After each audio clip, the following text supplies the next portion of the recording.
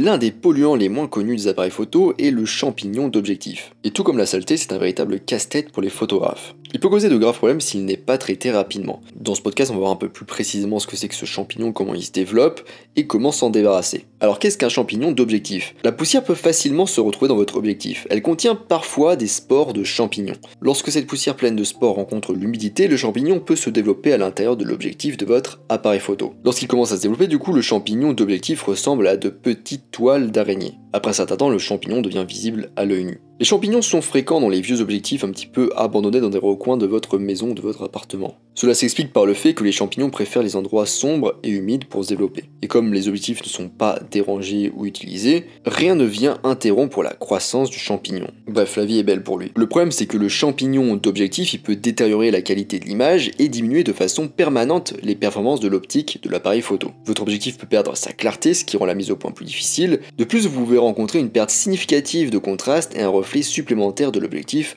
lors de la prise de vue en pleine lumière. Alors le champignon d'objectif peut-il être éliminé? Alors quand le champignon se trouve à l'extérieur de votre objectif, vous pouvez essayer de l'éliminer vous-même. Veillez à utiliser des kits de nettoyage spécialement conçus pour le nettoyage des objectifs. Lorsque le champignon se loge directement dans votre objectif, là vous devez vous adresser à un professionnel. Alors attention, l'alcool et d'autres liquides peuvent facilement causer des problèmes plus importants. Même s'ils peuvent tuer le champignon, ils risquent aussi de s'infiltrer dans l'objectif, ce qui est pas bon. En règle générale, il suffit de placer un mélange moitié-moitié de peroxyde d'hydrogène et d'ammoniac ménagé sur le verre pour faire disparaître les champignons. En règle générale, il suffit de placer un mélange moitié-moitié de peroxyde d'hydrogène et d'ammoniac ménagé sur le verre pour faire disparaître les champignons. Une autre solution, c'est de placer votre objectif d'appareil photo dans un endroit ensoleillé.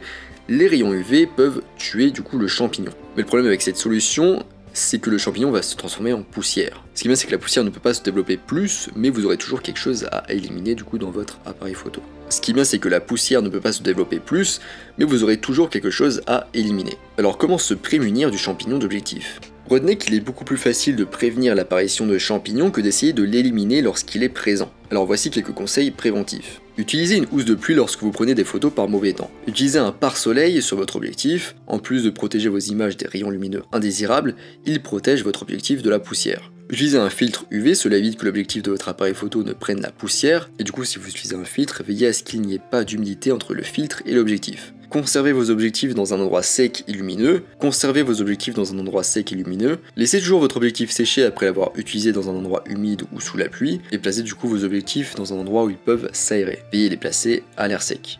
Si vous stockez vos objectifs à un endroit humide parce que vous n'avez pas le choix, vous pouvez rajouter des sachets de gel de silice. Enlevez la saleté de votre objectif dès que vous la remarquez. Ne touchez pas vos lentilles avec des mains sales. Les empreintes de doigts huileuses sur le verre peuvent constituer un excellent substrat pour les champignons d'objectifs d'appareil photo. Ne soufflez pas sur votre objectif, utilisez plutôt un souffleur. Et si vous voyez que vous ne pourrez pas nettoyer votre objectif, faites appel à un professionnel dès que possible. En conclusion, vous ne devez pas seulement faire attention qu'à vos objectifs. En effet, le champignon peut aussi apparaître sur d'autres parties de votre appareil photo, comme par exemple le viseur. Si vous n'êtes pas à l'aise avec le nettoyage, ne prenez pas de risques et faites place aux pros. Je vous rappelle que sur mon site photomaniac.fr, vous pouvez accéder à ma formation gratuite sur les bases de la photo. Je vous invite à vous y inscrire si ce n'est pas déjà le cas. Moi je vous laisse ici à vos cultures de champignons et je vous dis à bientôt sur les internets mondiaux.